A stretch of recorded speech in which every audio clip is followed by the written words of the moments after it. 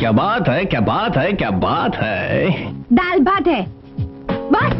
ओह, गुस्से में तो और भी हसीन लगती हो। Anyways, beautiful rose for a gorgeous lady. Thank you. Welcome. By the way, તમારું નામ શું છે? મોના. Oh, nice name. તમે એકલા કેમ ઊભા છો? તમારા મમ્મી પપ્પા ક્યાં છે? Mummy papa? એ મારા મમ્મી પપ્પા નથી, તો કોણ છે? એ મારા બેન બનેવી છે. ઓહ, આઈ સી. હા, પણ તો તમારા બેન બનેવી ક્યાં છે? મંદિર ગયા છે. કેમ મંદિર? મારા બેન બનેવી પાસે અમેરિકામાં બધું જ છે, પણ એમને ત્યાં સંતાન નથી. સો સેડ. પણ તમે શું એવું માનો છો કે મંદિર જવાથી સંતાન થશે? હા, એટલે જ તો અમે ઇન્ડિયા આવ્યા છીએ અને 3 દિવસમાં ચાલ્યા પણ જશું.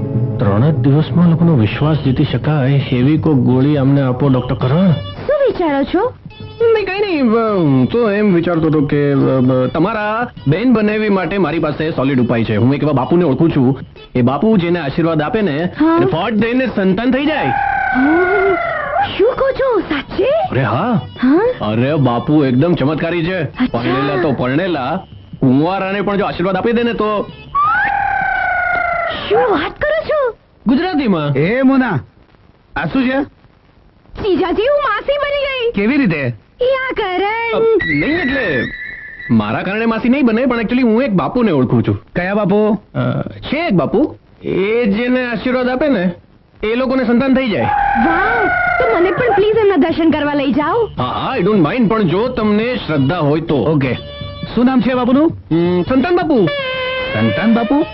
મેં તો આવા કોઈ બાપુનું નામ નથી સાંભળ્યું. એમાં શું છે ને સાહેબ, કે આ પરિવાર નિયોજન વાળા લોકો બાપુની પાછળ હાથ ધોઈને પડી ગયા છે. એટલે બાપુએ બધું છુપાઈને કરવું પડે છે. એ છુપાઈને કરે કે ખુલ્લેઆમ કરે? મારે કોઈ બાપુ પાસે નથી જવું. તું ચૂપ રે, મારે જવું છે એમની પાસે. તમે પ્લીઝ હમણાં જ અમને એમના દર્શન કરવા લઈ જાઓ. હમણાં? ના બાપુ, હમણાં ના મળે. બાપુ પછી મળશે. હા, તો કાલે જઈશું. હા, ઓકે, આઈ ડોન્ટ માઇન્ડ, પણ તમને શ્રદ્ધા હોય તો. ઓકે, ઓકે, તો હું કાલે આવું છું ને તમને ઇન્ફોર્મ કરું છું. બાય. બાય. બાય.